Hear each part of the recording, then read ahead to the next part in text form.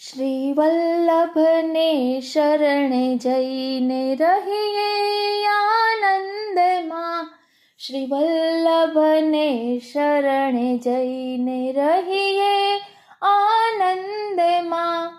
સેવું સદા હું તો વ્રજના ધણી, સેવું સદા હું તો વ્રજના ધણી.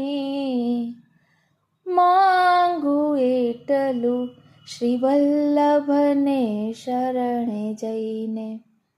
અહીં શું કહ્યું કે શ્રી વલ્લભને શરણે જઈને રહીએ આનંદમાં. અહીં અલૌકિક આનંદની વાત છે કે જેનો ક્યારેય પણ નાશ થતો નથી. ભજનાનંદની વાત છે. શ્રી વલ્લભનું દ્રઢ શરણ સ્વીકારવાથી અનેરા આનંદની અનુભૂતિ થાય છે. અને અહીં કહ્યું સેવું સદા હું તો વ્રજના ધણી. વ્રજના ધણી કહેતા વ્રજની બધી જ લીલાઓ કરનારા શ્યામ સુંદરનું સ્વરૂપ આપણી આંખો સમક્ષ ઠાડું થઈ જાય છે અને એની સેવા કરવાનું કહ્યું છે. સેવા કેને કહેવાય? તો ચેતસ્તત પ્રવણમ સેવા. ચિત્તનું પ્રભુમાં પરોવાવું તેનું જ નામ સેવા. આપણે ઘરનું કોઈ પણ કામ કરતા હોઈએ, ચિત્ત પ્રભુમાં જોડાયેલું હોય તો એ સેવા જ છે. ઘરનું કામ પણ કામ ન રહેતા સેવા બની જાય છે. માટે કહ્યું કે સેવું સદા હું તો વ્રજના ધણી.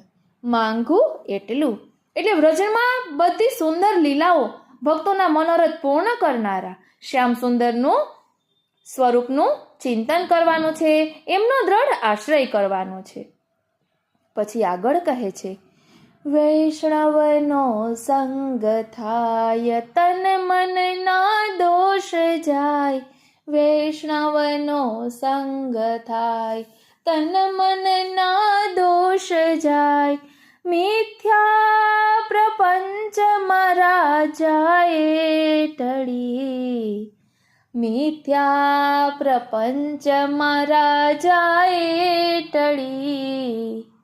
માંગુ એટલું. અહીં કહ્યું વૈષ્ણવનો સંગ થાય એટલે અહીં કોઈ વ્યક્તિ વિશેષમાં જવાનું નથી. એ મારે કહેવાનું કે ઘણા એમ કહે છે કે આપ કયા ગામમાં રહો છો, આપણે ગામથી શું લેવા દેવા છે. આપણે તો બસ મહાપ્રભુજીના ચરણારવિંદનો દ્રઢ આશ્રય કરવો છે, સુંદર સત્સંગ કરવો છે. એટલે વ્યક્તિ વિશેષમાં જવાનું નથી. અહીં પણ કોઈ નામ નથી